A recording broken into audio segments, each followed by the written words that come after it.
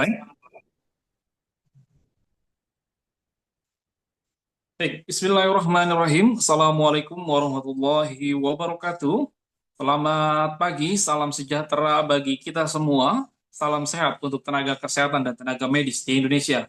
Hari ini bertepatan pada hari Sabtu, tanggal 24 Januari tahun 2026 pada pukul 09.00 waktu Indonesia Barat, akan diselenggarakannya kegiatan peningkatan kompetensi sumber daya manusia kesehatan dalam bentuk webinar nasional. Pertama-tama, saya menyapa kepada yang terhormat, Direktur PT Pilar Edukasi Sehat, Ibu Diana Puspitasari, SEMMMAK. Kepada yang terhormat, narasumber kita pada pagi hari ini, yaitu Bapak Nurse Yongki Henry Eskel. Tidak lupa juga kami menyapa kepada Bapak dan Ibu peserta webinar pada pagi hari ini, baik dari kalangan tenaga kesehatan, tenaga medis, dosen, maupun mahasiswa.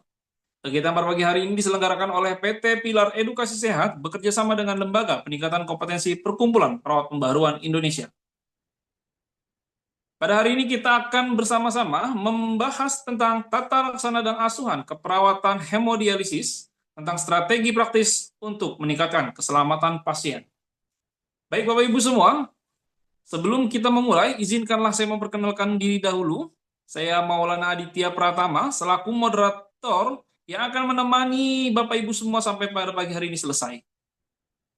Baik, sebelum kita mulai, izinkanlah saya membacakan susunan acara kita pada pagi hari ini, yaitu yang pertama adalah pembukaan, yang kedua adalah pemutaran lagu Indonesia Raya, yang ketiga adalah penyampaian materi oleh narasumber kita, yaitu dari Bapak Nurse Yongki Henry Eskel. Lalu sesi dilanjutkan dengan sesi diskusi dan tanya jawab. Lalu sesi pada hari ini akan diakhiri dengan sesi penutup. Baik, Bapak Ibu semua, marilah kita bersama-sama membuka kegiatan kita pada pagi hari ini dengan doa, agar apa yang kita kerjakan dan apa yang kita laksanakan pada pagi hari ini bukan hanya mendapatkan ilmu, tetapi juga mendapatkan suatu nilai-nilai yang dapat bermanfaat, baik untuk diri kita semua dan juga masyarakat di Indonesia. Baik, marilah kita bersama-sama membuka kegiatan kita pada pagi hari ini dengan mengucapkan basmalah. Bismillahirrahmanirrahim. Baik, kita akan masuk pada sesi kegiatan selanjutnya, yaitu adalah pemutaran lagu Indonesia Raya. Kami himbau kepada Bapak Ibu semua untuk meng-on-kan kamera dan meng-off-kan mikrofon Anda untuk menghormati lagu kebangsaan Indonesia Raya. Kepada tim yang bertugas, waktu dan ruang saya persilakan.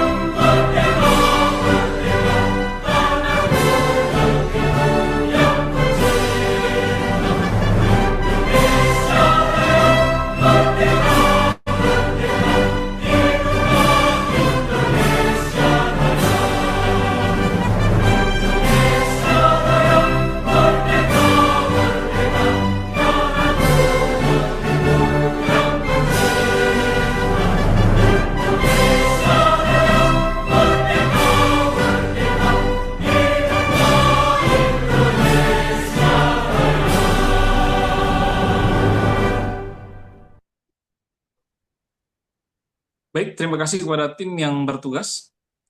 Baik, mari Bapak Ibu semua, hari ini mungkin cuaca di luar masih pada sebagian daerah masih hujan terus. marilah kita bersama-sama mendoakan, mengheningkan cipta untuk saudara-saudara kita, di mana di sebagian daerah, baik daerah Aceh, Sumatera, dan beberapa daerah di Jabodetabek, yang hari ini sedang mengalami bencana, baik bencana tanah longsor ataupun banjir.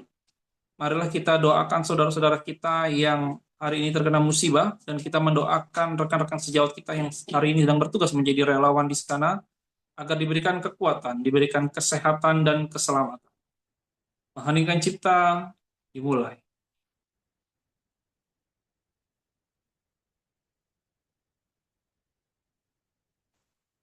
Mengheningkan cipta selesai. Baik, Bapak Ibu semua, hari ini mungkin di sebagian daerah masih eh, merasakan cuaca yang sangat agak ekstrim ya, karena mungkin dari pagi sampai ketemu pagi lagi masih sering hujan, ataupun di sebagian daerah saudara-saudara kita masih ada juga yang terkena banjir. Mari kita semua sama-sama menyiapkan diri kita. Di semangat kita, di hari Sabtu kita masih siap untuk belajar ataupun mendapatkan ilmu untuk meningkatkan kompetensi kita sebagai tenaga kesehatan maupun tenaga medis. Baik, Bapak Ibu semua, pada pagi hari ini kita akan berbicara tentang tata laksana keperawatan hemodialisis. Bagaimana kita berbicara tentang strategi praktis untuk meningkatkan keselamatan pasien. Bahwa hari ini kita akan menghadirkan seseorang praktisi yang sangat luar biasa, yang sudah mempunyai pengalaman yang sangat uh, lama sekali di bidang hemodialisis. Mari Bapak Ibu semua kita bersama-sama pada Bapak Nurse Yongki Henry Eskep. Selamat pagi Pak Yongki. Ya, selamat pagi Pak Maulana. Assalamualaikum, selamat pagi, salam sejahtera, salam sehat Pak Yongki. Terima kasih atas waktunya telah bergabung bersama PT Pilar Edukasi Sehat, mau membagikan ilmunya pada pagi hari ini. Baik Bapak Ibu semua, eh, Alhamdulillah narasumber kita yang sangat luar biasa ini sudah hadir di tengah-tengah kita, di tengah-tengah kesibukannya, bahwa hari ini mungkin hari libur gitu ya, tetapi beliau masih menyempatkan waktu bersama kita. Baik Bapak Ibu semua, mungkin dari tadi sudah banyak yang DM saya dari tadi, dari jam 8 ya. Kapan mulai, kapan mulai, kapan mulai. Artinya ini sudah tidak sabar untuk mendengarkan langsung materi dari narasumber kita. Baik Pak Yongki, untuk waktu dan ruang saya persilahkan Pak. Ya, terima kasih Pak Maulana atas waktu dan kesempatannya. Baik teman-teman, sebelum kita mulai untuk pemaparan materinya, izinkan saya memperkenalkan diri. Nama saya Yongki Hendri. Saya bekerja sebagai perawat HD dari tahun 2017 dan telah bekerja di 4 rumah sakit ya. Awalnya di Rumah Sakit Mulia Tangerang, kemudian saya pindah ke Primaya Kebonanas, tapi nggak lama ya. Setelah itu saya pindah ke Klinik HD di Jakarta Timur. Terakhir saya di Rumah Sakit Karangtengah Medika. Begitu. Nah, sebelumnya apakah di sini pesertanya perawat HD semua atau ada dari profesi lain atau dari perawat dari unit lain? Sepertinya banyak yang teman-teman dari luar HD juga, Pak. Oh, Artinya banyak. membutuhkan ilmu tentang HD. Oke. Ya udah, untuk mempersingkat waktu, izinkan saya untuk memulai pemaparan materi saja ya, Pak Maulana. Oke, izin share screen.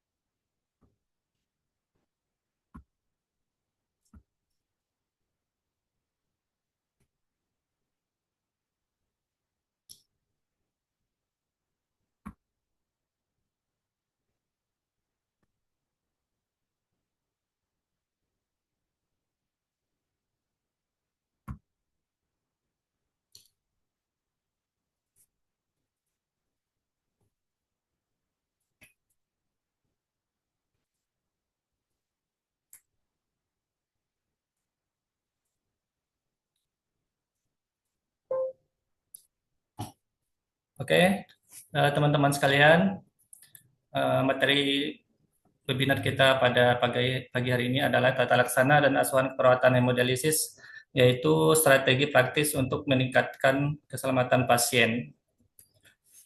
Materi yang pertama adalah prinsip dasar hemodialisis. Sebelum kita masuk ke prinsip dasar hemodialisis, pertama-tama kita perlu mengingat kembali tentang anatomi ginjal ya. Organ ginjal itu berbentuk seperti kacang terletak di retroperitoneal. Ginjal kiri lebih tinggi dibandingkan ginjal kanan karena di sebelah kiri itu ada hepat ya atau hati. Nah, ginjal kiri berat setiap ginjal ini lebih kurang 150 gram, panjangnya 10 sampai 12 cm. Ginjal menerima 20 sampai 25% dari cardiac output melalui arteri renalis yang berasal dari aorta abdominalis.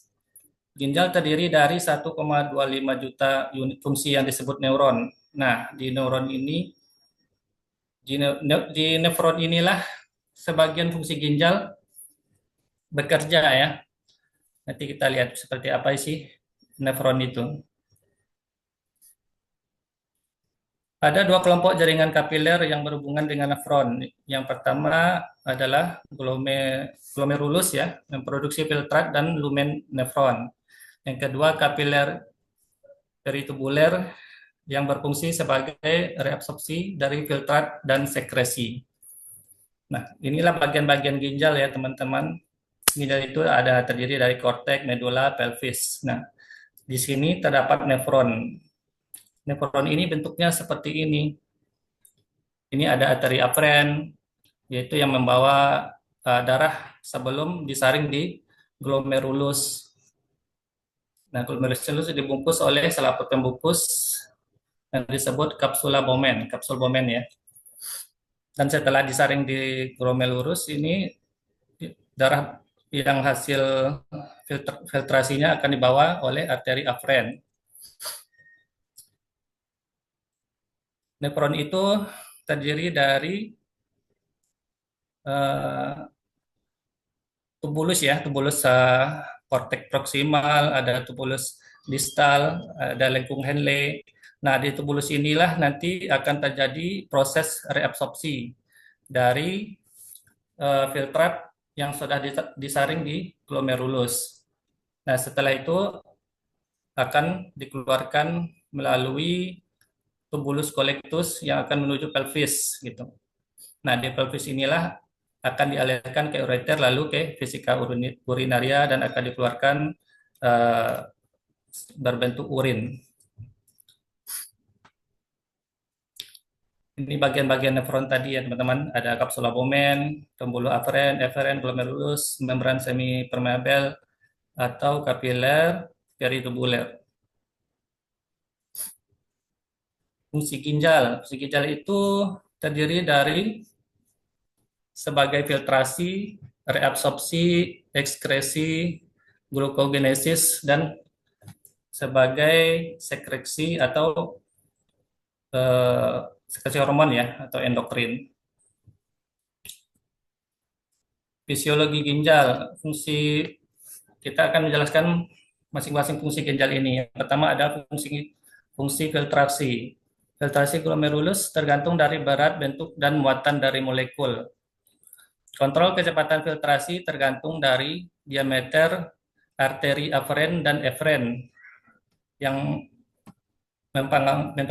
dipengaruhi oleh saraf simpatis ya, atau vasokonstriksi, antidiuretik hormon, dan renin, angiotensin, aldosteron sistem.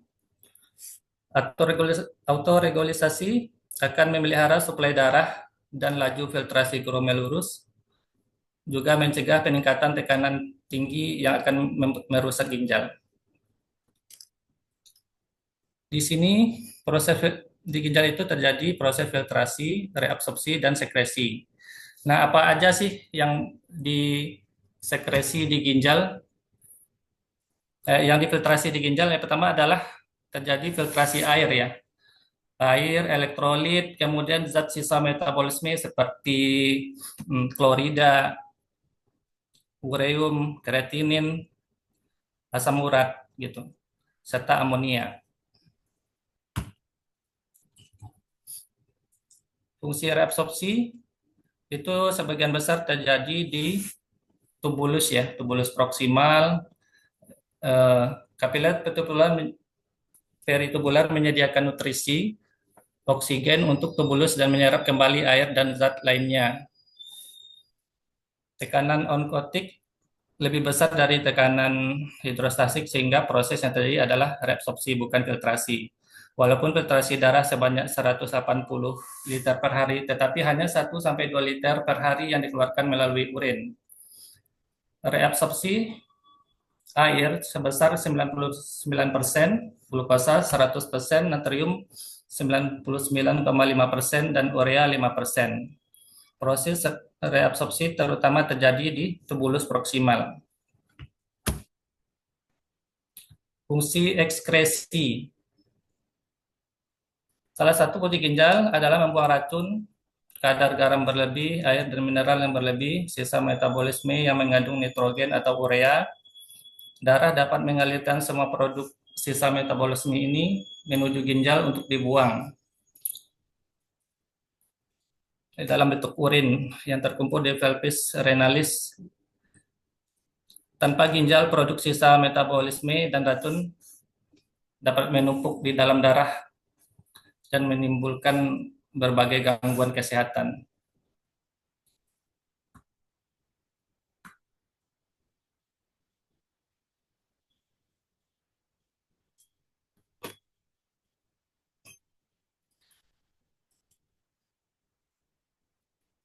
Yang keempat ada fungsi gluconeogenesis. Dalam keadaan puasa, sel ginjal dapat melakukan proses gluconeogenesis dengan sumber asam amino yang ada di ginjal.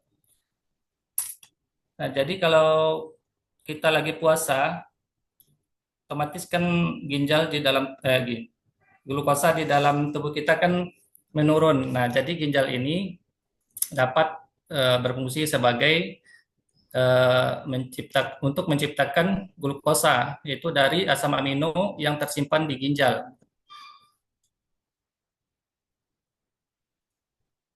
Ginjal menyediakan asam amino esensial, yaitu dapat berasal dari gastrointestinal tract, produk katabolisme protein, atau sintesis novo dari asam amino non esensial. Transport asam amino tergantung pada perbedaan kadar natrium dan membran apikal. Menyeberangi membran basolateral secara difusi, tetapi sebagian masih tergantung dengan natrium. Jadi natrium ini diserap atau diabsorpsi di tubulus, kemudian disimpan dalam bentuk asam amino yang nanti akan dirubah jadi glukosa oleh ginjal pada saat kita puasa ya. Yang kelima ada fungsi endokrin.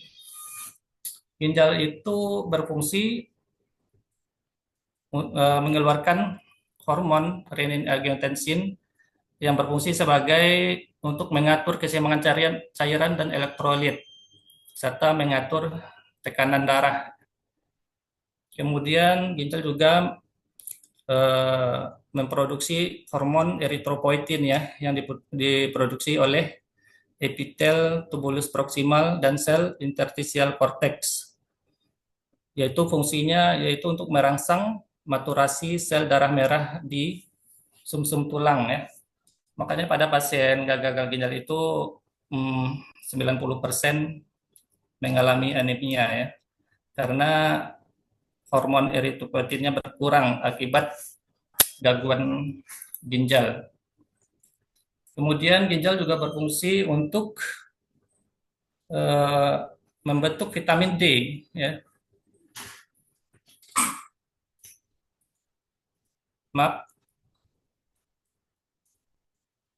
Untuk membentuk vitamin D. Kemudian akan diabsorpsi kemudian kalsium pun akan diabsorpsi kalau gastrointestinal tract-nya baik atau pembentukan kaliumnya baik, maka pembentukan tulang juga akan menjadi baik. Halo Pak Maulana, apakah putus-putus? Siap tidak, Pak? Ya, oke. Kedengaran jelas. Baik, terima kasih. Kemudian kita masuk pada indikasi hemodialisis. Pengobatan biasanya juga dapat dimulai pada kadar kreatinin serum di atas 6 mg per 100 ml pada pria atau 4 mg pada wanita. GFR kurang dari 4 ml per menit.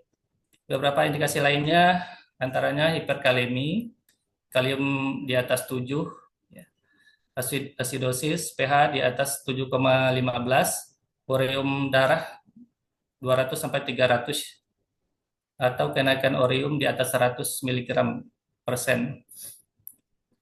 Anuria lebih 5 hari, kau jelek pada klien penyakit ginjal. Ya, kalau untuk kasus emergensi antaranya ya AEIOU ya, asidosis, electrolyte imbalance, intoksikasi atau keracunan, overload cairan, atau uremik. Kontraindikasi hemodialisis itu kalau kontraindikasi absolutnya yaitu ketidakmampuan teknis untuk mendapatkan akses vaskuler yang memadai guna mengalirkan darah ke mesin. So, ada sebagian pasien yang akses vaskulernya sangat sulit ya, jadi tidak memungkinkan untuk dilakukan HD. Untuk kontraindikasi relatifnya diantaranya adalah kesulitan akses yang ekstrim atau fobia jarum suntik, trauma jarum suntik. Kemudian kondisi medis yang membuat prosedur tidak stabil seperti gagal jantung berat atau hipotensi berat yang tidak terkontrol, sehingga apabila dilakukan HD akan lebih membahayakan nyawa pasien. Yang ketiga, penyakit terminal dengan prognosis sangat buruk, di mana dialisis dianggap tidak akan memperbaiki hidupnya. Tujuan dan manfaat hemodialisis bagi pasien, tujuannya adalah menggantikan fungsi ginjal yang rusak untuk membersihkan darah dan membersihkan racun dari darah ya, seperti ureum, kreatinin, kelebihan cairan, dan menyeimbangkan elektrolit seperti kalium, natrium, kalsium. Manfaatnya itu mengurangi gejala seperti mual, bengkak, sesak napas, meningkatkan kualitas hidup pasien agar dapat beraktivitas kembali, mengontrol tekanan darah, serta menjaga keseimbangan kimia tubuh. Tujuan utamanya adalah membersihkan darah, menggantikan fungsi ginjal, mengontrol tekanan darah. Manfaatnya bagi pasien, mengurangi gejalanya, meningkatkan kualitas hidup, menjaga keseimbangan cairan dan elektrolit, dan yang keempat tentunya dapat menyelamatkan nyawa pasien. Ini mesin dan alat kesehatan yang dibutuhkan saat tindakan hemodialisis yang diantaranya adalah mesinnya sendiri. Mesin hemodialisa ini ada beberapa merek ya, banyak sekali merek seperti Fresenius, Belco, Nipro, Nikiso, Dibron, Joyhill, banyak lagi ya. Toray, sekarang banyak mesin-mesin Cina yang masuk. Kemudian inilah proses hemodialisa.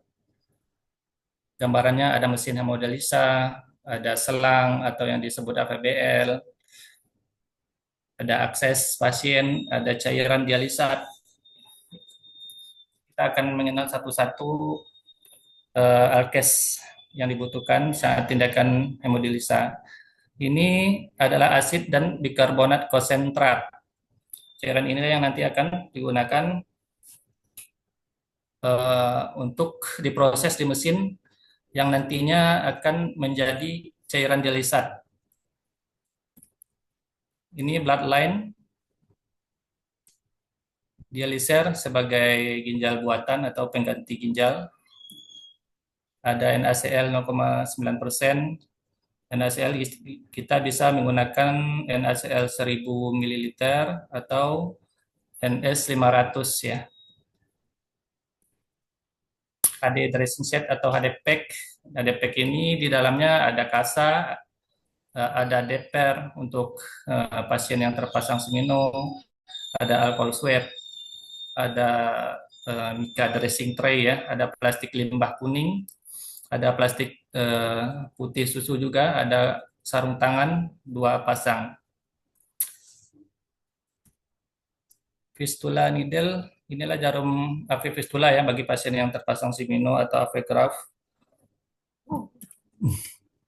Ini contoh CDL tunneling ya, yang bisa 1 sampai 2 tahun.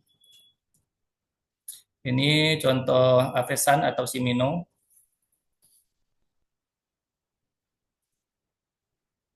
Ini contoh Avegraph ya. Ini selang ditanam di dalam kulit. Ya, selanjutnya persiapan pasien dan mesin HD. Penilaian awal pasien sebelum HD yang perlu kita lakukan adalah pengkajian ya. Yang anamnesa klien meliputi identitas, keluhan utama, riwayat penyakit sekarang, riwayat penyakit dahulu, riwayat penyakit keluarga, riwayat psikososial, lingkungan, dan tempat tinggal. Pemeriksaan fisiknya terdiri dari head to toe ya, keadaan umumnya, dan TTP, klien lemah dan sakit berat, tingkat kesadarannya bagaimana, TTP, kenaikan berat badannya berapa ya. Untuk sistem pernapasannya perlu kita nilai apakah sesak atau tidak, apakah ada edema paru atau tidak. Untuk sistem kardiovaskulernya, apakah pasien hipertensi atau hipotensi, nyeri dada dan sesak napas, apakah CRT-nya di atas 3 detik, palpitasi, gangguan irama jantung, atau apakah ada akral dingin atau tidak. Untuk sistem hematologi, apakah pasien anemia atau trombositopeni atau adanya perdarahan atau menstruasi ya, itu perlu kita kaji karena untuk nanti kita menentukan dosis heparin untuk pasien tersebut. Dan selanjutnya untuk sistem gastrointestinal, diantaranya apakah ada keluhan mual muntah, anoreksia, dan diare. Apakah ada peradangan kuasa mulut dan ulkus saluran cerna ya. Untuk pasien diare juga perlu kita kaji ya, untuk kita menentukan berapa nih akan kita atur untuk UF goal-nya atau penarikan cairannya. Kemudian untuk persiapan akses, pada akses kateter perlu dikaji apakah ada pus atau rembesan darah, apakah ada keluhan demam di rumah atau saat HD sebelumnya. Lakukan perawatan CDL dengan teknik steril, kaji kelancaran akses CDL ya. Kalau pasien mengalami infeksi, ini perlu kita konsul dengan dokter apakah perlu dikasih antibiotik. Yang kedua, untuk HP fistula atau Simino, pastikan pasien telah cuci tangan sebelum tindakan dilakukan atau sebelum pasien naik ke tempat tidur. Gunakan tindakan aseptik dan antiseptik dengan sempurna. Setelah disinfeksi area Simino, biarkan 30 sampai 90 detik ya, biar sampai mengering. Jika tersentuh pasien atau perawat dalam kondisi tidak steril, maka ulangi lagi disinfeksinya. Tusuk dengan tegas, lembut dan pasti. Jika ragu-ragu, jangan lakukan kanulasi, tapi kaji dan pastikan ulang area kanulasi dengan membuat dinding. Jangan menembus dinding vaskular bagian pinggir atau belakang. Ya, dalam penusukan Simino perlu hati-hati ya teman-teman, karena Simino ini kalau sering gagal itu akan membuat Simino itu jadi rusak ya, banyak komplikasi. Gitu. Bisa terjadinya trombosis ya pada Simino, bahkan bisa menyebabkan Simino jadi silent atau mati ya. Kalau mati terpaksa dengan tindakan pembedahan ya, baik itu dipasang balon atau dipasang ulang Siminonya. Yang ketiga, persiapan mesin, lakukan preparation mesin, lakukan priming, lakukan soaking ya, sirkulasi, berikan antikoagulan sesuai instruksi dokter, dosis sirkulasi, maintenance, dan dosis awal disiapkan. Setting resep HD sesuai instruksi dokter, tunggu mesin ready untuk memulai dialisis. Pelaksanaan dan monitoring HD. Yang perlu dimonitoring pada tindakan HD yaitu ada beberapa item ya, yaitu water treatment-nya, pasien itu sendiri, mesin HD, atau drain pembuangan. Nah, semuanya ini jika ada gangguan pada water treatment pasien atau pada drain pembuangan itu semuanya akan terdeteksi oleh mesin, akan ada alarm. Jadi mesin HD ini semuanya safety ya. Jadi pasti ada peringatan gitu. Kalau jika ada gangguan. Memulai HD yaitu yang perlu pertama kali dilakukan adalah pengaturan mesin. Setting resep dialisis sesuai instruksi dokter. You have goal time-nya berapa jam, berapa dosis heparinnya atau rate heparin, profiling jika diperlukan, seperti profiling ini natrium ya, suhu atau profiling ultrafiltrasi, atau atur juga limit atau interval blood pressure monitor bagi mesin-mesin HD yang tersedia tensi bawaan dari mesin ya. Pastikan akses sudah terpasang dan cek kelancaran akses. Pastikan antikoagulan sudah terpasang sesuai dosis. Bagi pasien non perdarahan atau trombositopeni, jika pasien sudah ready, lakukan soaking dan tunggu dialiser hingga sekitar 5-10 menit. Tiap mesin berbeda perlakuan ya. Ada yang menunggu perintah, ada yang berdasarkan waktu ya, pengalaman. Perlu kita rabah dialisernya apakah sudah hangat apa belum, cek conductivity-nya apakah sudah normal apa belum, baru bisa dilakukan soaking dan sudah bisa disambung ke pasien ya.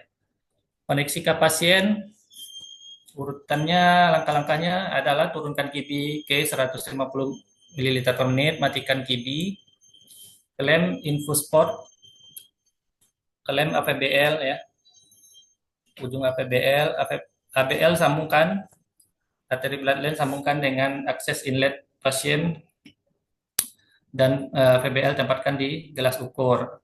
Buka klem ABL dan akses inlet, hidupkan QB dan tunggu darah sampai ke bubble trap VBL. Kemudian klem ujung VBL dan matikan QB.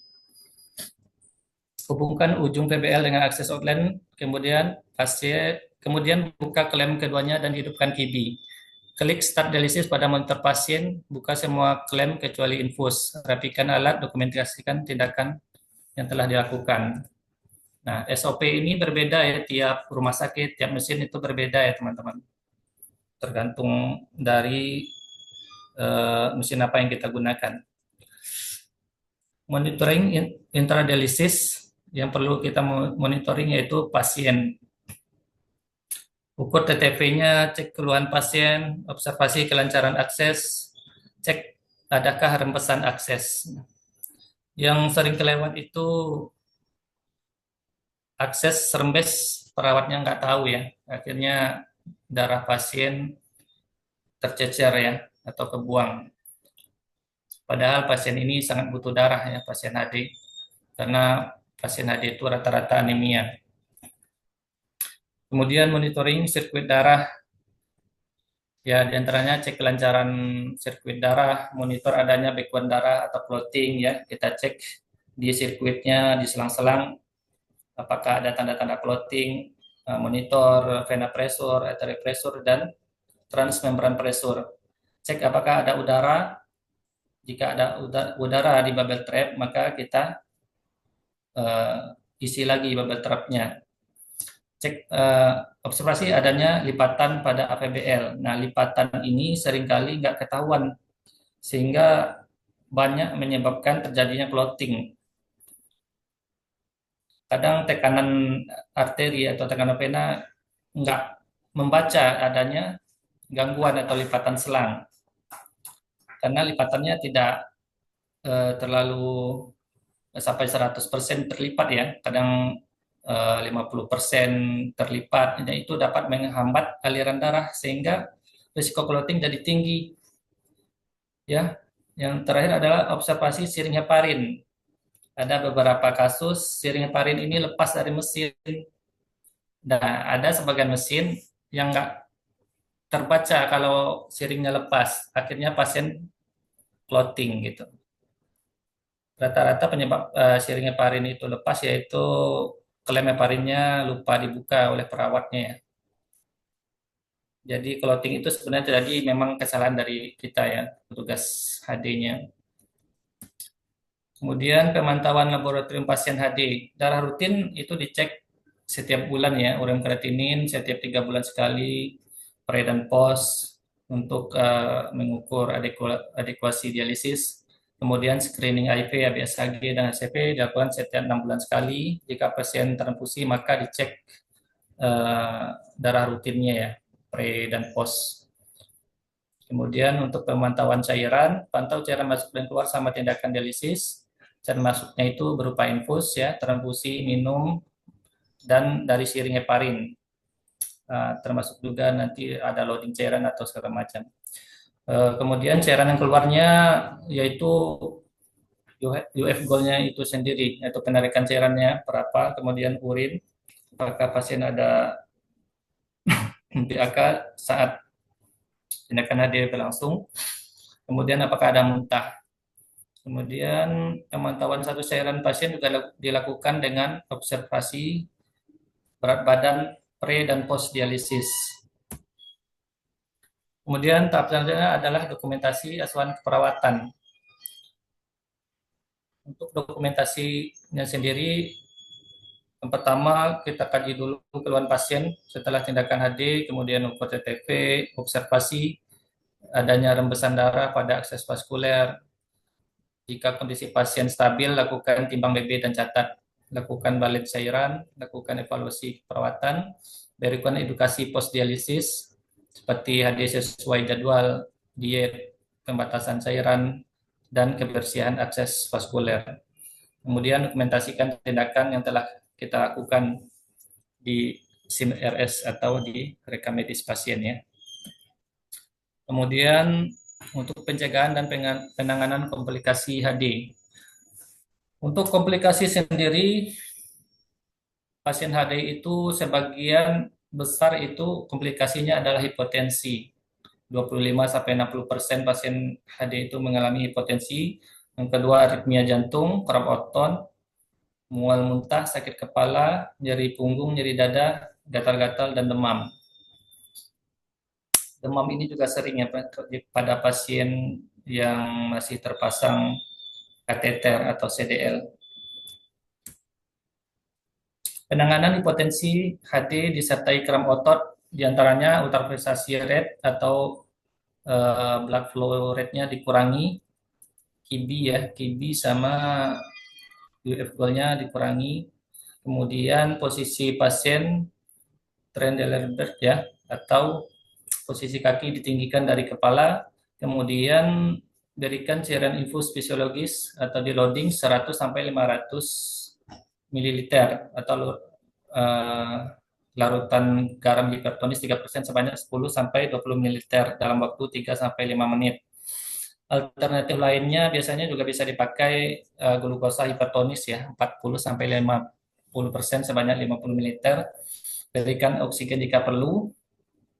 Jika disertai keringat dingin, cek GDS. Nah, kemudian istirahatkan atau hentikan HD jika tensi tidak membaik. Untuk pencegahan hipotensi, yaitu gunakan mesin hemodialisis yang dapat mengendalikan ultrafiltrasi.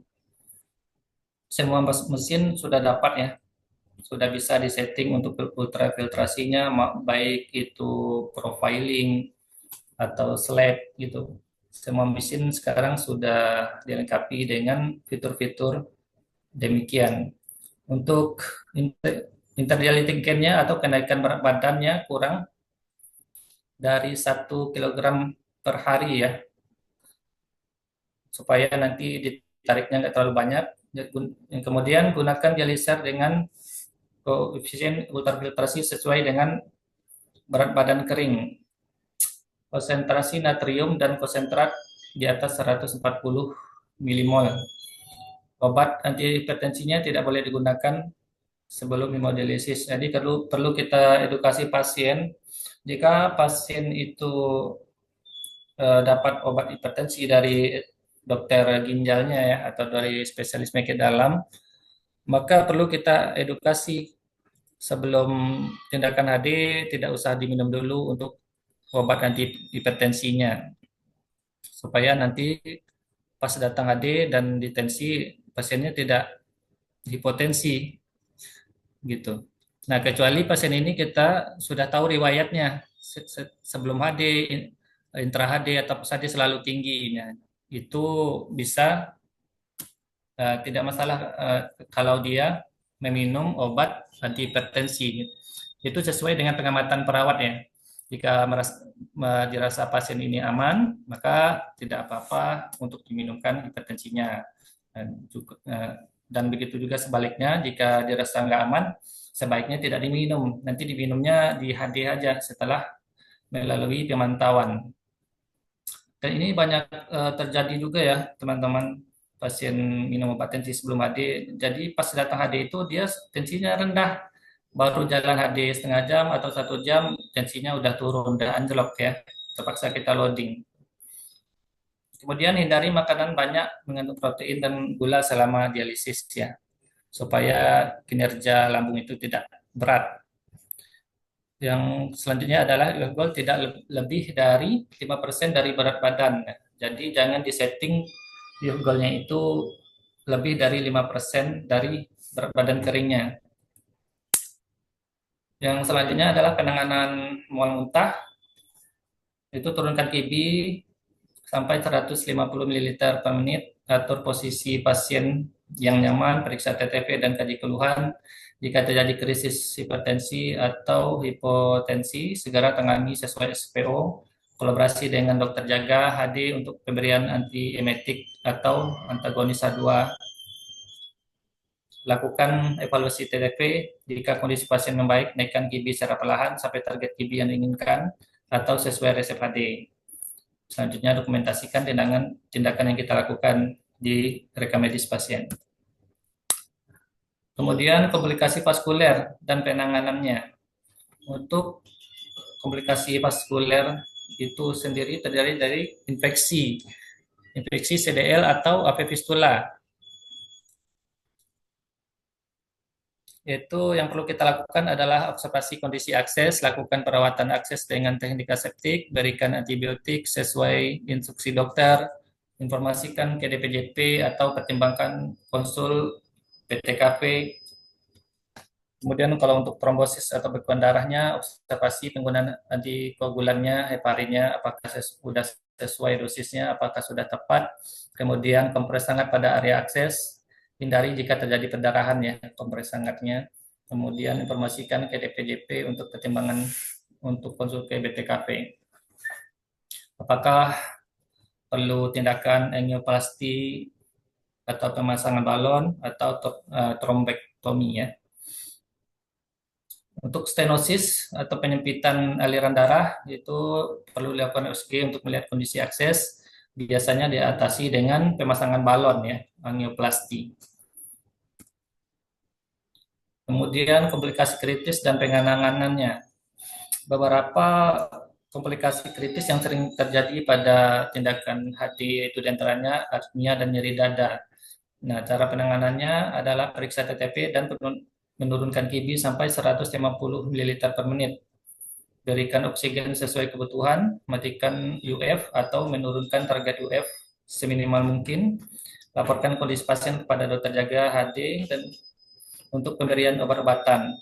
Kemudian evaluasi TTP, lakukan pemeriksaan EKG dan pemasangan monitor jika diperlukan, dan kolaborasi dengan dokter untuk pemberian antiaritmia jika diperlukan. Jangan lupa juga diberikan oksigen ya teman-teman untuk pasien aritmia. Kemudian untuk komplikasi kritis selanjutnya yang sering terjadi yaitu DDS atau disequilibrium syndrome, yaitu gejala yang timbul karena penurunan kadar orium yang terlalu cepat, biasanya pada pasien baru ya, pasien baru pertama kali menjalani hemodialisis. Yaitu yang perlu dilakukan perawat, turunkan KB sampai 150 dan menurunkan UF goal atau mematikan UF-nya atau ultrafiltrasi. Kemudian perawat memeriksa TTP dan mengkaji keluhan pasien. Tanda dan gejala DDS yaitu nyeri kepala, mual, muntah, keringat dingin, sesak napas, pandangan kabur, kejang, dan disorientasi, bahkan penurunan kesadaran. Yang selanjutnya kita berikan oksigen sesuai kebutuhan. Jika terjadi penurunan kesadaran, segera hentikan tindakan hemodialisis. Laporkan kondisi pasien kepada dokter jaga untuk kolaborasi pemberian obat-obatan sesuai indikasi. Dokter jaga HD melaporkan kondisi pasien kepada DPJP HD untuk evaluasi dan tata laksana lebih lanjut. Yang selanjutnya, komplikasi kritisnya itu adalah emboli udara, penyebatan pembuluh darah oleh embolus udara akibat masuknya gelembung udara ke dalam sistem sirkulasi darah. Tandanya diantaranya adanya gelembung darah dalam jumlah cukup banyak di dalam sirkulasi ekstrakorporeal atau di selang-selang HD ya pada mesin. Bila pasien posisi duduk, terjadinya kejang, penurunan kesadaran, koma, pasien memegang telinga dan mengeluh telinga berdengung atau sakit. Nah, ini tanda khasnya ya kalau pasien terjadi emboli. Bila pasien terbaring, batuk, sesak, nyeri dada, dan terasa terikat atau tertekan. Untuk penanganannya, cuci tangan dan pakai APD, hentikan tindakan HD dan darah sirkulasi ekstrakorporeal tidak dimasukkan ke dalam tubuh jika tampak banyaknya gelembung udara. Jadi dikeluarkan dulu, dilakukan dulu sirkulasi ya untuk mengeluarkan udara yang ada di sirkuit ekstrakorporeal. Kemudian berikan oksigen 100% dengan NRM dan mempertahankan jalan napas pasien. Atur posisi pasien ke posisi miring ya, posisi rekumben dada dan kepala menghadap ke bawah untuk mencegah udara masuk ke otak dan jantung. Ukur TTV pasien, perawat melakukan sirkulasi tertutup pada sirkulasi ekstrakorporeal dan mengeluarkan udara yang terdapat pada bloodline dan dialiser, mengisi bubble trap dan memastikan sensor udara berfungsi dengan baik. Jika kondisi pasien membaik, proses tadi bisa dilanjutkan kembali. Kemudian komplikasi kritis selanjutnya shock hipovolemik, kondisi gawat darurat akibat hilangnya darah dan cairan tubuh dalam jumlah besar, sehingga jantung tidak bisa memompa cukup darah ke seluruh tubuh. Kondisi ini yang paling sering pada pasien HD ya, yaitu dapat menyebabkan pasien shock ya, tensinya di bawah 90, pasien mengeluh pusing, penangan gelap, akral dingin, bahkan sampai penurunan kesadaran. Penanganannya tempatkan pasien ke posisi Trendelenburg ya, di mana posisi kaki lebih tinggi dari kepala. Kemudian berikan terapi oksigen sesuai kebutuhan. Ukur TTP, turunkan KB 150 sampai 50. Turunkan KB 150 ml per menit dan UF rate-nya sampai 0 atau hentikan dialisisnya ya. Tekan tombol stop dialisis dengan memberikan tombol UF. Loading cairan NaCl sebanyak 100 sampai 250 cc. Ukur ulang TTV, bila perlu perawat memasang monitor untuk observasi. Apabila dengan bolus NaCl tidak membantu, maka perawat melaporkan kondisi pasien ke dokter jaga. Lalu dokter jaga HD melakukan evaluasi lebih lanjut terkait kondisi pasien. Jika diperlukan, akan dilakukan pemeriksaan gula darah sewaktu atau pemeriksaan HB dan EKG. Ya. Perawat memberikan cairan hipertonis dextrose 40% sesuai kebutuhan. Bila masih tidak membantu, dokter jaga HD menghubungi DPJP untuk instruksi lebih lanjut. Hemodialisis dapat dihentikan dan tata laksana selanjutnya disesuaikan dengan hipotensi pada pasien.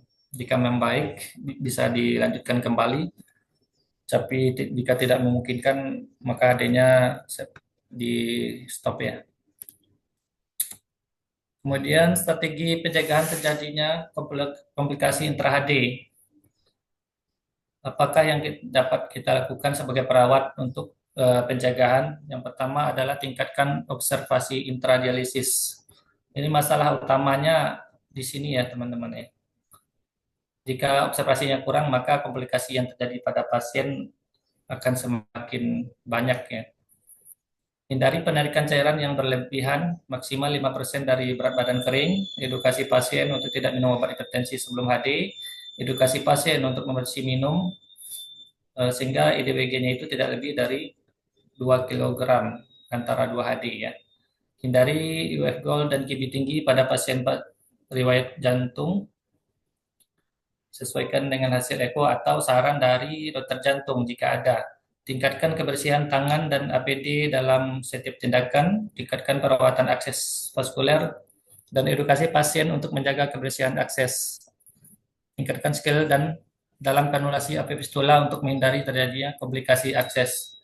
Akses yang terjadi, komplikasi simino yang sering terjadi itu yaitu disebabkan oleh kegagalan ya waktu kanulasi gitu. Jadi perawat atau kita semua perlu meningkatkan skill dalam kanulasi simino ya. Dan perlu kehati-hatian. Nggak apa-apa lama, yang penting harus yakin baru kita lakukan insersi ya. Supaya simino pasien tidak mengalami kerusakan. Kemudian pastikan proses priming sesuai SOP.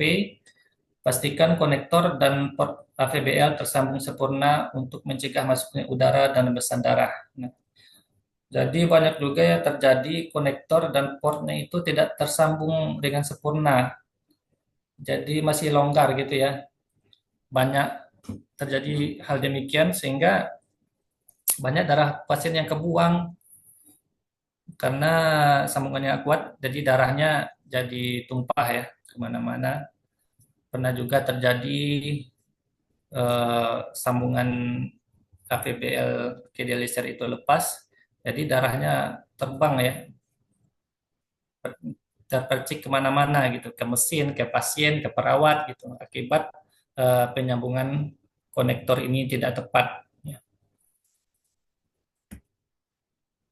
Yang kelima, asuhan keperawatan holistik HD, itu asuhan fisiknya monitoring ya, apa yang perlu dimonitoring diantaranya BB, tanda-tanda vital, edema, apakah diet selama di rumah bagus, kebersihan akses vaskulernya bagaimana, kepatuhan minum obat dan hasil lab. Itu perlu kita monitoring. Untuk intervensinya yaitu observasi BB, pre dan post AD, observasi TTV pre, intra dan post AD, observasi berat badan keringnya, observasi lab rutin seperti HB, urium kreatinin, elektrolit, observasi adekuasi HD, atau pemeriksaan URR ya per 3 bulan, lakukan proses dialisis dengan prinsip aseptik, setting program dialisis sesuai instruksi dokter, atasi komplikasi yang terjadi selama proses dialisis sesuai SOP, hentikan hemodialisis jika mengalami kondisi yang membahayakan, misalnya shock, jelaskan tentang prosedur hemodialisis kepada pasien dan keluarga, ajarkan pembatasan cairan, penanganan insomnia, penjagaan infeksi akses AD, dan pengenalan tanda perburukan kondisi jika pasien berada di rumah. Kemudian kolaborasi pemberian heparin dan obat lainnya dengan dokter. Untuk evaluasinya sendiri yaitu kaji keluhan pasien setelah menjalani HD, periksa TTP, observasi BB pos HD, anjurkan untuk pasien membatasi cairan, edukasi pasien untuk HD sesuai jadwal, menjaga kebersihan akses vaskuler, diet sesuai anjuran dokter. Kemudian kolaborasi dengan dokter dan ahli gizi untuk tindakan lanjut terapi dan nutrisi pasien. Asuhan psikososialnya diantaranya perubahan psikososial yang dialami pasien HD adalah seperti perubahan kepribadian, emosi, gaya hidup, fungsi seksual dan peran sosial. Gangguan psikososial yang sering timbul adalah depresi, kecemasan, dan sulit menerima penyakit.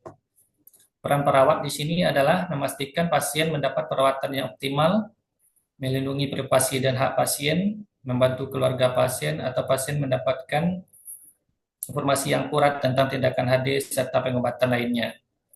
Memberikan semangat kepada pasien bahwa gagal ginjal bukanlah akhir dari segalanya, memberikan kesempatan kepada pasien dan keluarga untuk mengungkapkan apa yang menjadi kekhawatiran mereka dalam menjalani HD.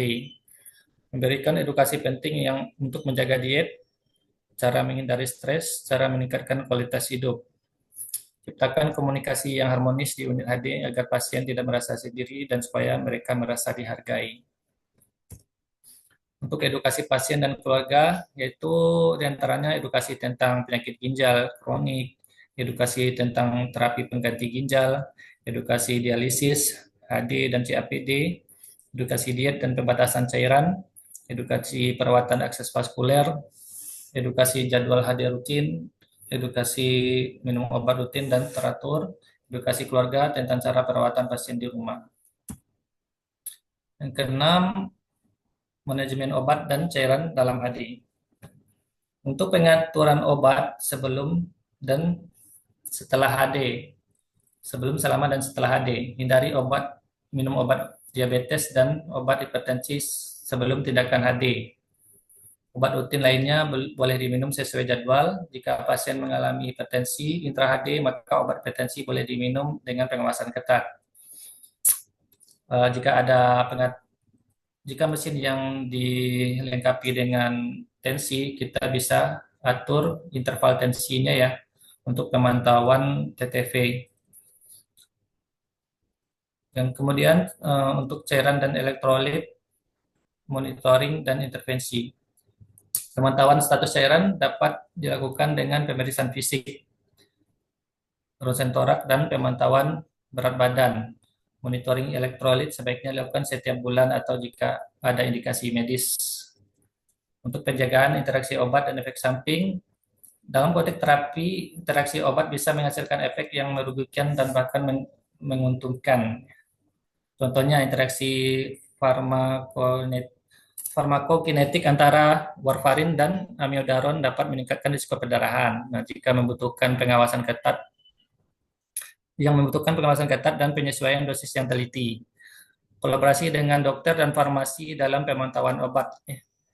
Jadi kita perlu koordinasi dengan farmasi dan dokter masalah obat pasien, obat rutin pasien, dan obat yang akan diberikan selama tindakan HD, supaya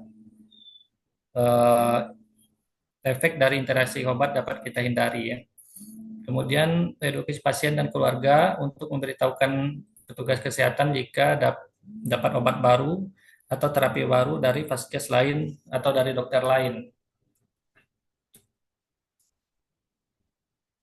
Yang ketujuh, keselamatan pasien dan quality assurance ya.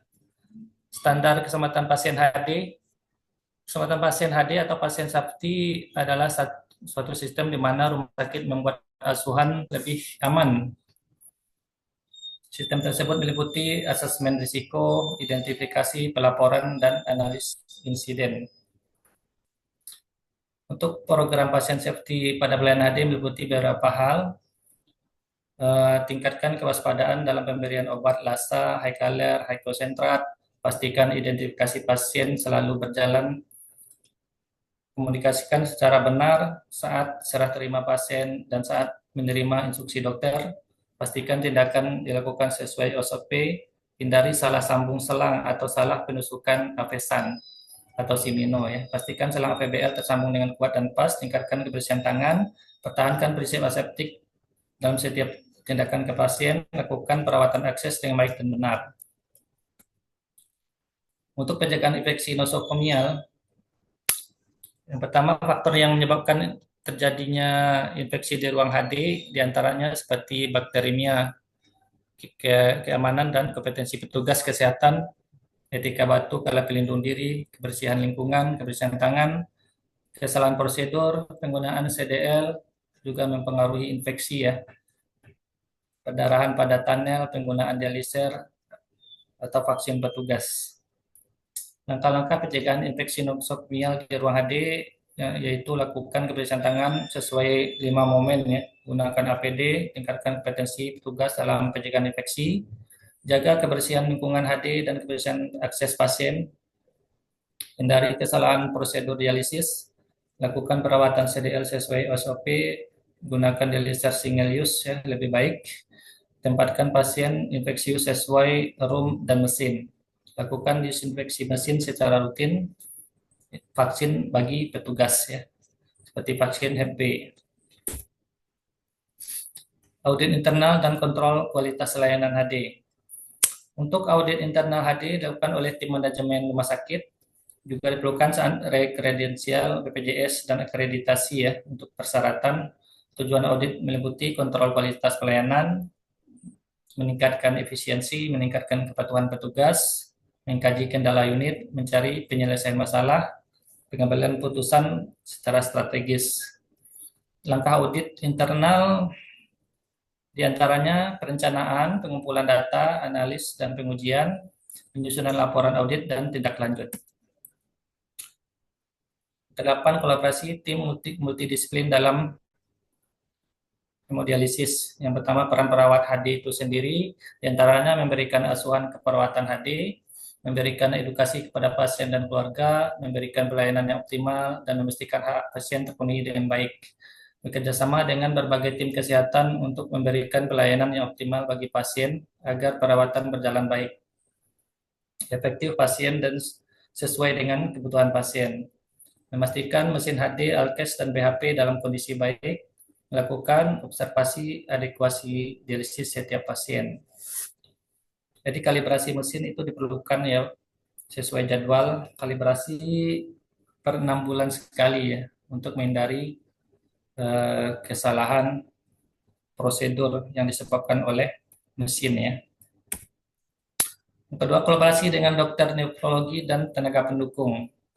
Biasanya kolaborasi dengan nefrolog ini yaitu untuk menentukan frekuensi HD pasien, dosis dan tindak lanjut. Biasanya dokter jaga ya yang melakukan kolaborasi. Karena ada beberapa nefrolog itu tidak mau berkolaborasi dengan perawatnya, maunya dengan dokter. Tapi tidak semua, ada juga dokter nefrolog yang mau menerima laporan dari perawatnya. Kemudian komunikasi efektif dan koordinasi pelayanan, tingkatkan komunikasi efektif dengan rekan kerja atau antar unit demi kelancaran pelayanan HD, serta menghindari terjadinya insiden yang tidak diinginkan, terutama dalam serah terima pasien, obat, hasil radiologi, dan laboratorium. Dan keempat, strategi peningkatan efisiensi dan keselamatan pasien. Yang pertama adalah budaya keselamatan. Jadi sikap yang dimiliki oleh petugas terhadap keselamatan perlu ditingkatkan.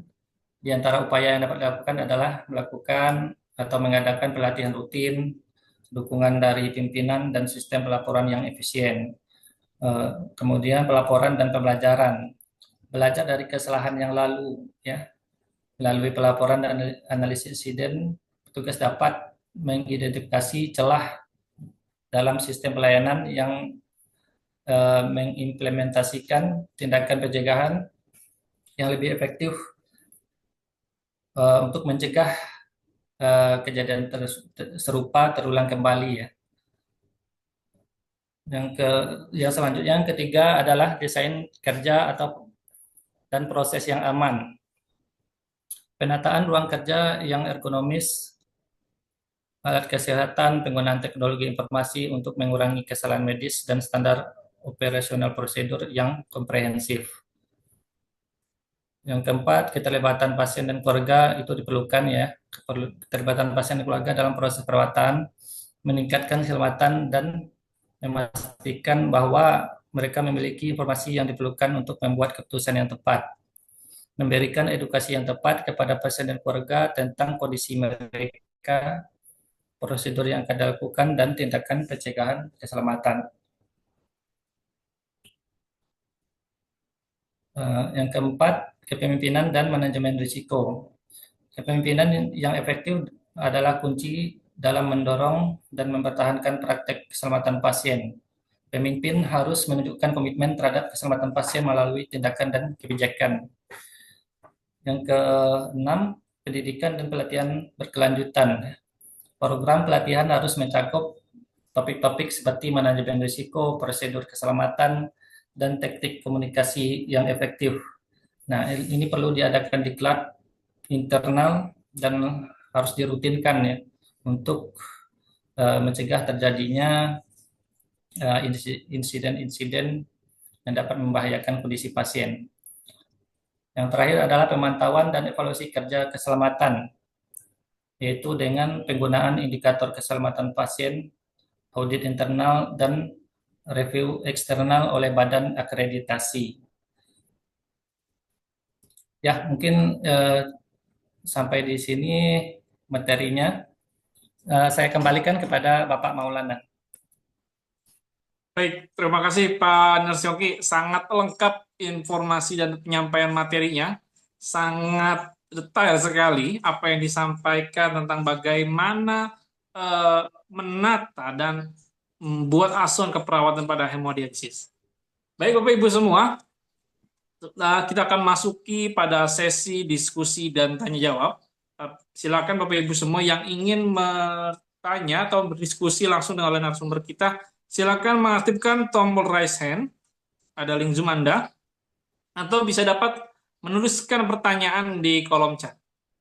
Baik, sambil kita menunggu pertanyaan, kegiatan berpagi hari ini diselenggarakan oleh PT Pilar Edukasi Sehat bekerja sama dengan Lembaga Peningkatan Kompetensi Perkumpulan Perawat Pembaharuan Indonesia. Silakan Bapak Ibu semua meningkatkan kompetensi bersama kami di PT Pilar Edukasi Sehat, di mana bahkan setiap minggunya ya, kami mengadakan kegiatan-kegiatan peningkatan kompetensi untuk khususnya tenaga kesehatan dan tenaga medis di Indonesia. PT Pilar Edukasi Sehat merupakan perusahaan yang bergerak di bidang jasa peningkatan kompetensi dan pelatihan baik di disiplin ilmu kesehatan, ilmu hukum kesehatan, dan manajemen kesehatan. Baik Bapak Ibu semua, silakan mengikuti kegiatan kami, dapat mengupdate kegiatan-kegiatan kami di link atau di media sosial Pilar Edukasi Sehat. Kepada tim yang bertugas, kami persilakan.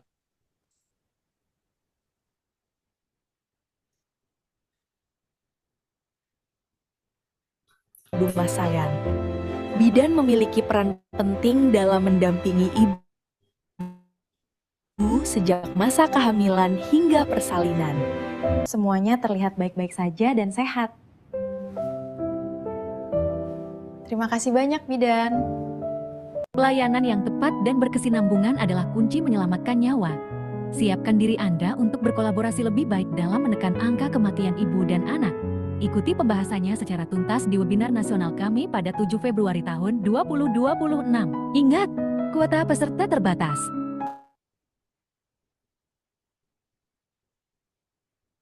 Perawat gerontik bukan sekadar tenaga kesehatan. Mereka adalah harapan, pendamping, dan penggerak kemandirian lansia. Karena menua bukan berarti kehilangan daya. Setiap sentuhan perawatan adalah langkah menuju hidup yang lebih bermakna. Kini saatnya Anda naik level. Perkuat kompetensi dan jadilah agen perubahan bagi lansia Indonesia. Webinar nasional. Peran perawat gerontik dalam mendorong kemandirian lansia dilaksanakan hari Minggu, 22 Februari tahun 2026. Investasi hanya Rp18.500. Tervalidasi di Satu Sehat SDMK. Kuota terbatas. Jadilah perawat hebat demi lansia yang lebih sehat dan mandiri. Sengketa medis, sebuah risiko nyata yang bisa mengancam siapa saja. Namun, pengadilan bukan satu-satunya jalan keluar. Hadirilah webinar nasional Strategi Penyelesaian Sengketa Medis Non-Litigasi pada 28 Februari tahun 2026. Kuasai strategi profesional untuk menyelesaikan konflik secara adil, cepat, dan bermartabat. Segera mendaftar, kuota sangat terbatas. Baik, terima kasih kepada tim yang telah bertugas. Baik Bapak Ibu semua, marilah tingkatkan kompetensi Anda bersama PT Pilar Edukasi Sehat, di mana kami selalu berkomitmen untuk memberikan atau persembahkan kegiatan-kegiatan dalam upaya peningkatan kompetensi sumber daya manusia kesehatan, khususnya tenaga kesehatan, tenaga medis di Indonesia. Pada bulan Februari atau di bulan depan, kita ada 3 kegiatan. Yang pertama berbicara tentang ilmu disiplin kebidanan, pada tanggal 7 Februari, ada juga tanggal 22 Februari kita berbicara tentang keperawatan gerontik atau perawatan lansia, dan tanggal 28 Februari kita akan mengadakan berbicara tentang hukum kesehatan, yaitu penyelesaian hukum non-litigasi. Baik Bapak Ibu semua, rasanya sudah banyak yang masuk pertanyaan. mungkin saya masih mempersilakan rekan-rekan semua jika ini bertanya bisa mengaktifkan tombol raise hand. Baik, Pak Yongki, ini akan saya bacakan pertanyaan dari Ibu Nana ya. Bagaimana penerapan pasien safety goals atau identifikasi pasien, pencegahan infeksi, medication safety secara spesifik di ruang HD? Ini berbicara tentang spesifiknya, Pak. Bagaimana identifikasi pasien yang paling akuntabel, terus pencegahan infeksinya agar tidak adanya nol, kalau bisa nol ini ya, infeksius ya, dan medication safety-nya. Bagaimana Pak? Bisa menanggapi pertanyaan dari Ibu Nana? Silakan Pak. Ya, baik. Terima kasih Pak Maulana. Ya, yang pertama yang perlu kita perhatikan adalah tentang ini ya. Kalau untuk keselamatan pasien, yang pertama yang perlu kita tekankan lagi adalah identifikasi pasien. Nah, identifikasi pasien ini kan bisa menyebabkan berbagai macam insiden ya, baik insiden salah tusuk atau salah tindakan atau salah obat ya. Jadi hal yang pertama yang perlu kita perhatikan adalah dalam hal identifikasi pasien. Kemudian untuk keamanan obat yang perlu kita perhatikan adalah pemberian obat LASA ya, atau yang obat yang rupa dan bentuknya sama dan penyebutannya sama gitu. Nah, untuk obat konsentrat juga seperti CL dan obat dextrose misalnya untuk pasien-pasien yang mengalami hipoglikemi itu perlu menjadi perhatian. Dan untuk penyimpanan obat-obat sendiri, obat-obat high caler ini sendiri atau high concentrat ini sendiri harus tersimpan di ruang obat yang terkunci ya, atau double lock ya, dan kita harus bekerja sama dengan ruang tim farmasi dalam pengelolaan obat ini. Jadi untuk sementara di ruang HD itu tidak boleh disimpan obat-obat high caler ya sebenarnya. Jadi kalau kita butuhkan kita akan minta ke bagian unit farmasi untuk peresepannya. Kemudian kita pastikan setiap tindakan yang kita lakukan sesuai dengan SOP yang sudah ada di unit. Kemudian yang selanjutnya yang perlu kita tekankan adalah observasi. Nah, untuk keselamatan atau pasien safety di ruang HD sendiri, observasi merupakan hal yang paling utama ya, yang tidak boleh kita abaikan sama sekali, karena dari observasi yang tidak ketat inilah sering terjadinya sesuatu yang tidak kita inginkan. Bahkan pasien meninggal pun kita bisa tidak tahu kalau observasi ini tidak kita lakukan dengan baik ya. Itu sering terjadi ya teman-teman, banyak dari rekan-rekan kita yang tidak melakukan observasi intradialisis sehingga ada pasien yang meninggal pun kita nggak tahu, entah udah berapa lama pasien itu meninggal. Jadi ketika kita keliling, baru ketahuan pasien nggak ada respon, ternyata pasien sudah henti jantung ya. Kita nggak tahu sejak kapan dia henti jantung. Mesinnya terus berputar, tidak menimbulkan alarm. Kita nggak tahu pasien ini udah meninggal berapa menit yang lalu atau kapan ya. Jadi kunci utamanya yang pertama adalah observasi intradialisis. Itu. Begitu jawaban dari saya, Pak Maulana. Baik, sangat menarik Pak untuk dibahas. Mungkin kita juga akan berbicara Pak tentang kapasitas perawat di salah satu rumah sakit ya. Terkadang jumlah pasien, adakah range berapa satu perawat menangani berapa pasien Pak? Artinya dalam pemantauan pasien tidak terjadi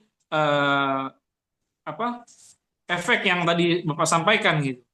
Mungkin atau enggak ada tips-tipsnya Pak? Ataukah bolehkah kita misalnya harus mengerjakan satu pasien lalu sampai selesai baru berstep yang pasien selanjutnya atau bagaimana Pak? Ya, untuk range perawat sendiri itu diatur ya di dalam dari Kemenkes sendiri, syarat untuk memulai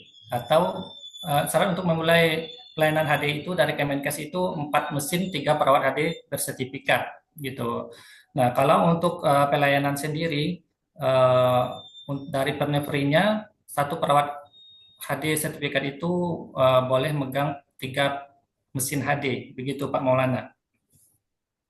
Baik, sangat menarik. Artinya sudah ada juknis atau aturan yang diberikan oleh Kemenkes ya Pak ya untuk Ya, SOP-nya. benar. Oke, baik, ini mungkin dapat menjawab pertanyaan dari Ibu Nana ya Pak. Izin ini ada pertanyaan lagi Pak dari Bapak, sorry sebentar, dari Bapak Rian Baskara. Selamat pagi, izin bertanya untuk penanganan hipertensi selain obat dari Advis DPJP. Terima kasih. Oh, penanganan hipertensi Pak, selain dari obat, bagaimana peran kita sebagai perawat Pak? Ya, untuk hipertensi sendiri yang dapat kita lakukan sebagai perawat yaitu kita perlu kaji lagi berat badan kering pasien ya. Yang pertama, bisa jadi pasien ini mengalami hipertensi karena kelebihan cairan ya, karena kelebihan cairan juga menyebabkan hipertensi. Nah, yang kedua yang perlu kita lakukan adalah ketika proses HD atau intradialisis, perlu kita setting atau profiling natrium dan suhu. Nah, jika pasien hipertensi ini natriumnya perlu kita naikin hingga 145 milimol ya. Kemudian untuk suhunya perlu kita naikin sekitar 37 atau 37,5 sehingga nanti akan terjadi vasodilatasi pembuluh darah ya yang kita berharap dapat menurunkan tensi pasien. Begitu Pak Maulana. Baik, terima kasih Pak. Mungkin dapat menjawab pertanyaan dari Pak Rian Baskara. Ini menarik Pak untuk dibahas ya, karena HD ini tidak semua perawat juga dapat merasakan ataupun berpraktek langsung di unit HD, karena mungkin semua perawat merasakan praktek langsung di ruangan dengan pasien, tapi tidak semua bisa langsung turun di HD. Artinya membutuhkan sertifikasi kompetensi ya yang sangat dibutuhkan ya untuk sebelum melakukan tindakan kepada pasien. Izin Pak, ada pertanyaan lagi dari Ibu Salwa Aulia ini. Izin bertanya Dok, mungkin bukan Dok. Bagaimana prosedur keselamatan pasien saat terjadi kondisi DNR atau donor resuscitation di ruang hemodialisa? Apakah ada protokol khusus saat pasien mengalami henti jantung di mesin? Nah, bagaimana Pak? Misalnya ada DNR, tiba-tiba pasien AD yang tadi Bapak sampaikan, lagi pengawasan, ternyata DNR. Apa yang harus pertama kali kita lakukan? Ya, kalau untuk DNR sendiri kan memang ada ini ya protap henti jantung ya. Kita lakukan sesuai protapnya yaitu cek responnya kan. Cek respon, kemudian jika pasien nggak ada respon ya minta bantuan ke rekan-rekan yang lain dan kemudian kita cek nadinya apakah ada nadi apa tidak. Nah, sebelum melakukan CPR itu darah pasien harus dikembalikan terlebih dahulu ke tubuh pasien. Jadi HD-nya dihentikan dulu, kemudian darahnya dikembalikan sambil kita minta bantuan ke teman yang lain. Teman yang lain setelah kita masukin semua darahnya baru kita boleh melakukan CPR begitu dan protokol henti jantung lainnya. Begitu Pak Maulana. Baik. Artinya sebelum dilakukannya CPR kita harus mematikan mesin dulu ya Pak ya. Artinya kita memastikan sirkulasi lebih didahulukan ketika saat ada ya Pak? Ya, kita kembalikan dulu darahnya ke tubuh pasien, kemudian kita boleh melakukan bantuan hidup dasar. Baik. Apakah boleh Pak dilakukan bersamaan gitu? Karena kan menyangkut nyawa pasien ini, waktunya pasti responnya sangat cepat gitu. Ya. Kalau bertemu dengan dilema seperti itu, apalagi kita menunggu melihat keadaan pasien yang mungkin panik dalam kondisi seperti itu. Ya, jika kita sendiri sebelum teman-teman datang, kita boleh melakukan CPR ya sendiri. Nah, jika teman kita udah datang, kita ada teman yang lain untuk memasukkan darah pasien kembali ke tubuhnya. Begitu. Jadi untuk akses selang terpasang itu kita abaikan saja. Tidak perlu memikirkan misalnya pasien sudah masih terpasang jarum nih di Simino atau masih tersambung ke CDL-nya gitu kan. Itu kita abaikan saja, kita tetap melakukan protokol BHD sesuai dengan protokol yang sudah ada. Begitu Pak Maulana. Baik, terima kasih Pak atas jawabannya sangat luar biasa. Ini ada pertanyaan masuk lagi Pak Ya. dari Ibu Maria Prayat Harsini Narulita. Izin bertanya Nurse, dari dua akses HD, CDL dan Afsan ya, kira-kira mana yang lebih bagus dan beresiko rendah untuk infeksi? Terima kasih. Ya. Mungkin bisa dijawab. Izin menjawab Pak Maulana. Ya, tentu yang terbaik adalah Afsan ya atau Simino. Karena Afsan ini pemakaian jangka panjang dan sangat minim terjadinya infeksi. Nah, kalau CDL itu sangat rentan sekali terjadi infeksi. Apalagi nanti banyak faktor yang mempengaruhi, antaranya adalah kebersihan pasien itu sendiri. Yang kedua adalah perawatannya bagaimana. Kemudian yang namanya benda asing ya dimasukin ke tubuh itu pasti sangat besar terjadinya risiko infeksi. Nah, jawabannya udah pasti yang terbaik adalah Afsan ya untuk akses HD. Begitu Pak Maulana. Baik, terima kasih Pak Yogi. Jadi artinya kalau CDL itu berapa lama sebenarnya pasien itu menggunakan CDL di dalam tubuh Pak? Ya, kalau untuk CDL itu kan ada dua tipe ya Pak Maulana. Yang pertama adalah CDL temporer, kemudian CDL tunnel. Nah, untuk CDL temporer ini cuma tahan 1 sampai maksimal 3 bulan ya. Dan kalau untuk tunneling itu 1 tahun. Baik, kalau misalnya izin Pak, mungkin saya menanggapi juga, ini menarik sekali. Kalau CDL itu misalnya digunakan di pada bagian kanan ya, di sternum kanan ya, terus tiba-tiba infeksi Pak, apakah akan dipasang kembali menurut Bapak amannya di tempat yang sama atau berpindah? Ya, untuk infeksi sendiri langkahnya tidak langsung dipindah ya.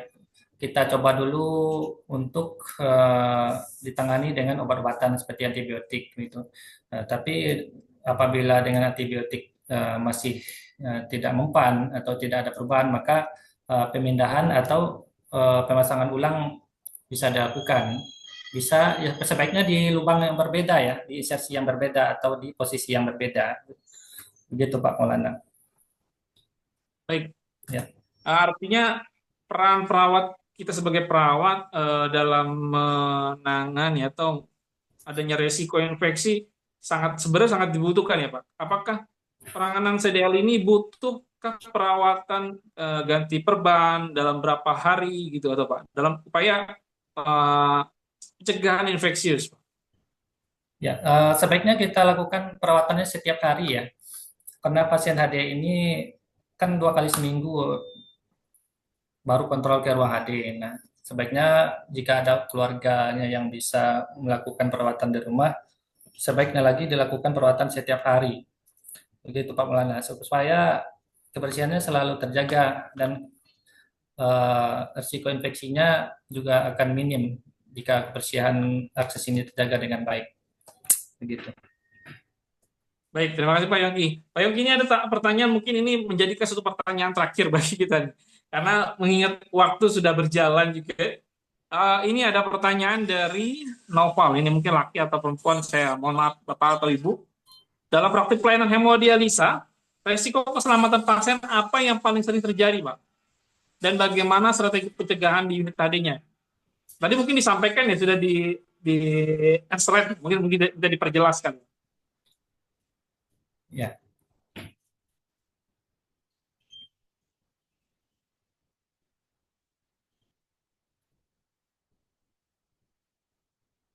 Ya, halo. Jelas Pak Maulana?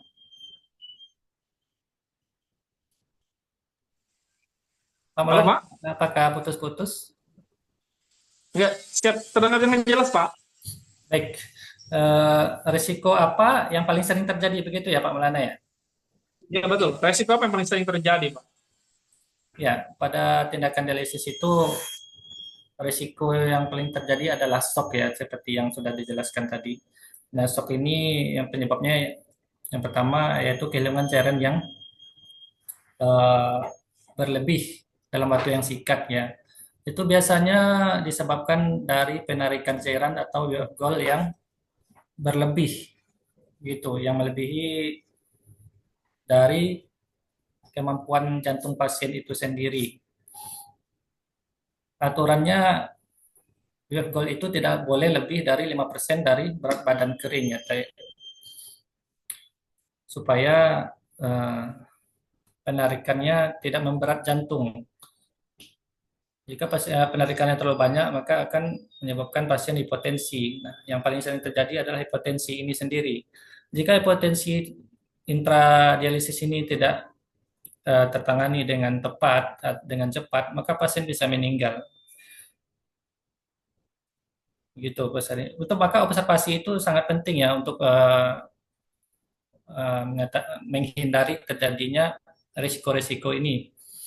Observasi seperti yang saya sebutkan tadi, jika kita terlewat untuk melakukan observasi, maka berbagai risiko akan muncul seperti clotting, pasien penurunan kesadaran gitu. Sekarang mesin-mesin udah canggih semua ya, Pak Maulana. Kita bisa setting untuk tensinya bagi mesin yang sudah dilengkapi tensimeter. Kita bisa setting per berapa menit dia akan tensi otomatis. Jadi kita tidak perlu tensi per jam gitu. Jadi kita bisa atur berapa interval yang kita perlukan untuk observasi TTV pasien.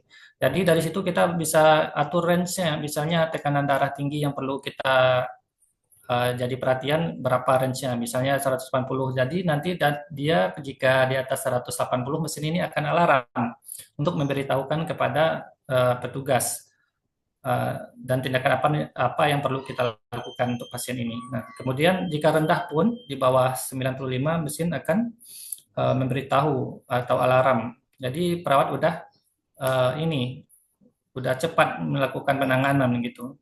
Nah, sayangnya jika mesin ini tidak dilengkapi dengan tensimeter, itu yang sering terjadi miss atau terjadi komplikasi hipotensi yang sering terjadi itu karena mesinnya tidak dilengkapi dengan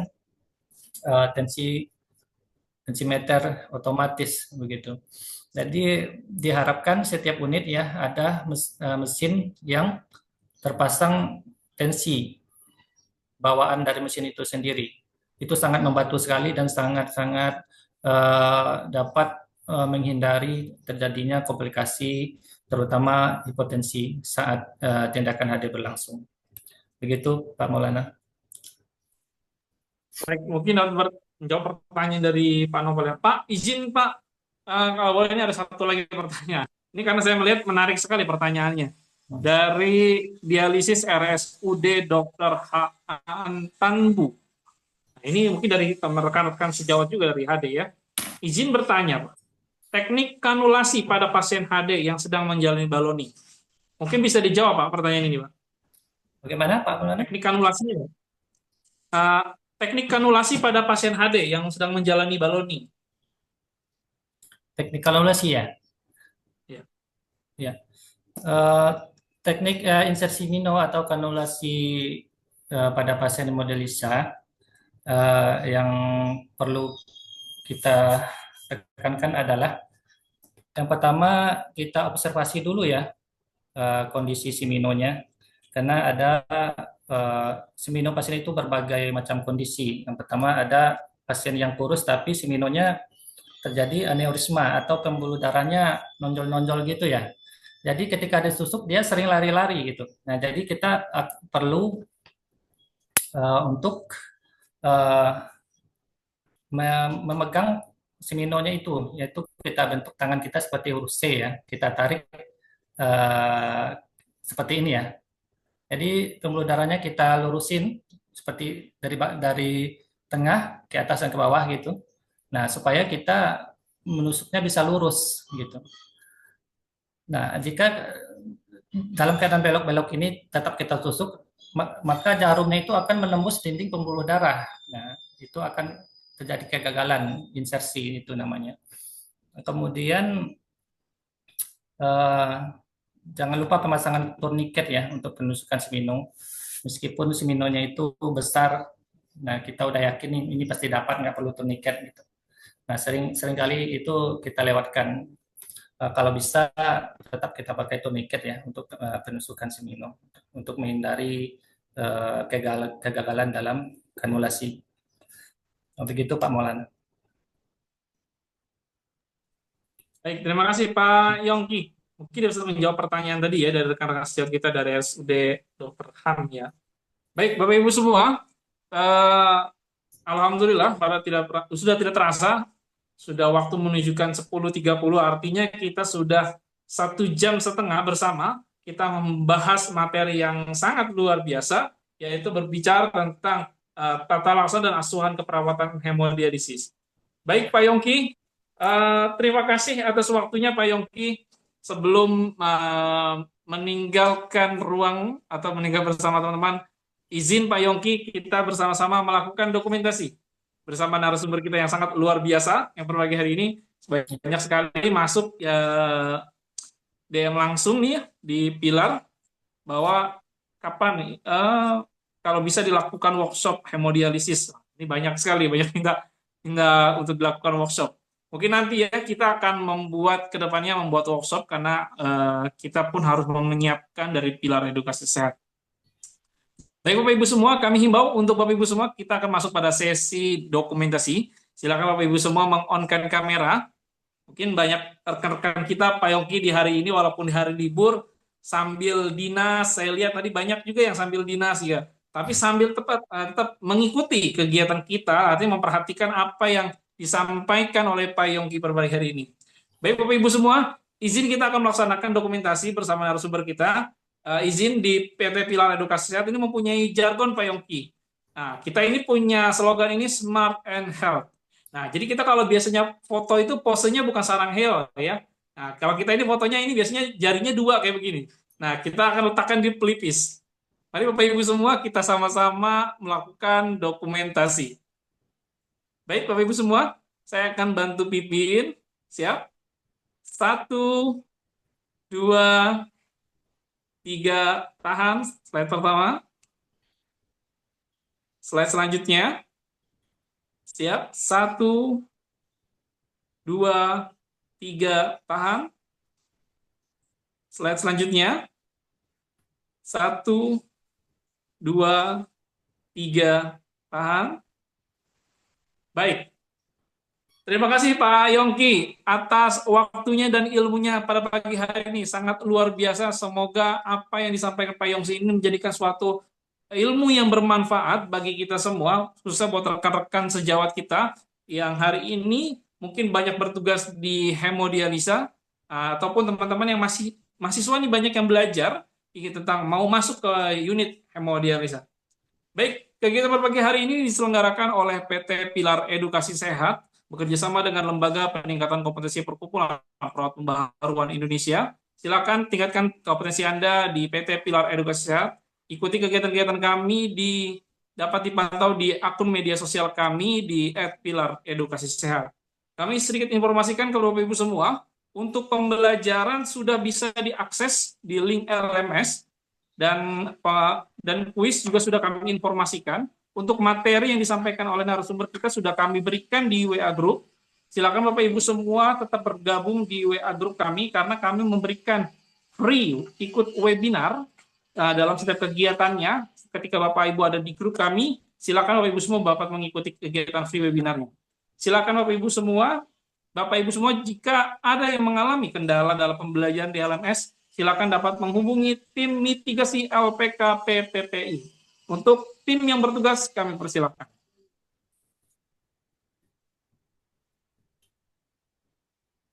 Rumah sayang. Bidan memiliki peran penting dalam mendampingi ibu sejak masa kehamilan hingga persalinan. Semuanya terlihat baik-baik saja dan sehat. Terima kasih banyak, Bidan. Pelayanan yang tepat dan berkesinambungan adalah kunci menyelamatkan nyawa.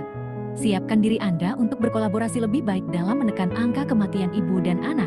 Ikuti pembahasannya secara tuntas di webinar nasional kami pada 7 Februari tahun 2026. Ingat, kuota peserta terbatas. Perawat gerontik bukan sekadar tenaga kesehatan. Mereka adalah harapan, pendamping, dan penggerak kemandirian lansia. Karena menua bukan berarti kehilangan daya. Setiap sentuhan perawatan adalah langkah menuju hidup yang lebih bermakna. Kini saatnya Anda naik level. Perkuat kompetensi dan jadilah agen perubahan bagi lansia Indonesia. Webinar nasional. Peran perawat gerontik dalam mendorong kemandirian lansia dilaksanakan hari Minggu, 22 Februari tahun 2026. Investasi hanya Rp18.500. Tervalidasi di Satu Sehat SDMK. Kuota terbatas. Jadilah perawat hebat demi lansia yang lebih sehat dan mandiri. Daftar anggota PPPI dan dapatkan manfaat eksklusif. Bergabunglah dengan komunitas profesional Perkumpulan Perawat Pembaharuan Indonesia (PPPI) dan tingkatkan kompetensi Anda melalui berbagai program unggulan. Proses pendaftaran sangat mudah dan dapat dilakukan secara daring. 1. Kunjungi situs resmi DPN PPPI di dpnpppi.org. 2. Klik tombol menu, ikon 3 garis, di pojok kanan atas layar. 3. Pilih opsi Daftar anggota. 4. Lengkapi seluruh formulir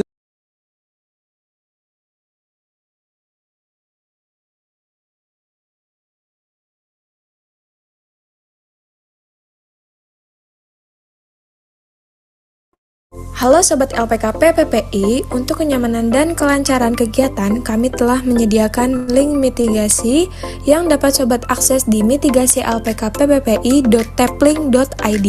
Setelah masuk, baca terlebih dahulu 4 poin attention. Lalu setelah itu terdapat pertama, tutorial pembuatan akun LMS atau pelataran sehat. Kedua, tutorial masuk lewat akun Satu Sehat bagi Sobat yang sudah memiliki akun Satu Sehat. Ketiga, tutorial mengerjakan pembelajaran. Di tutorial ini terdapat tata cara review materi, mengerjakan kuis, dan mengisi evaluasi. Keempat, tutorial melanjutkan pembelajaran. Kelima, tutorial mengunduh sertifikat, serta terdapat nomor admin yang bertugas yang dapat Sobat hubungi untuk kendala-kendala lainnya. Baik, Bapak Ibu semua, kegiatan pagi hari ini diselenggarakan oleh PT Pilar Edukasi Sehat bekerjasama dengan Lembaga Peningkatan Kompetensi Perkumpulan Perawat Pembaharuan Indonesia. Baik, Bapak Ibu semua dapat melaksanakan pembelajaran di link LMS. Silakan mengisi pembelajaran dan mengikuti kuis sampai selesai. Pastikan Bapak Ibu semua dapat menyelesaikan pembelajaran sampai 100% sampai keluar sertifikat dan dapat mengupdate SKP-nya. Jika menemukan suatu kendala, dapat menghubungi tim mitigasi LPKPPI yang sudah kami share di WA Group. Silakan Bapak Ibu semua, jika menemukan kendala bisa mengklik langsung admin yang sedang bertugas. Baik Bapak Ibu semua, hari ini sangat luar biasa di hari Sabtu kita ini, walaupun cuaca yang sangat mendung di luar ya, atau sebagian daerah sudah mengalami musibah, tetapi kita masih tetap semangat untuk belajar bersama untuk meningkatkan kompetensi kita. Baik, kami selaku PT Pilar Edukasi Sehat mengucapkan banyak terima kasih kepada narasumber kita pada pagi hari ini, Bapak Nursi Yongki, Henry Eskep, luar biasa atas waktunya. Terima kasih Bapak, kami mohon maaf sebesar-besarnya bila ada kesalahan atau kekurangan dari kami. Baik Bapak Ibu semua, saya Maulana Aditya Pratama beserta tim yang bertugas pada pagi hari ini izin pamit undur diri. Saya akhiri kegiatan pada pagi hari ini. Wabillahi taufiq wal hidayah. Wassalamualaikum warahmatullahi wabarakatuh. Sampai bertemu di kegiatan selanjutnya. Salam Smart and Health. Terima kasih Bapak Ibu semua. Rumah saya.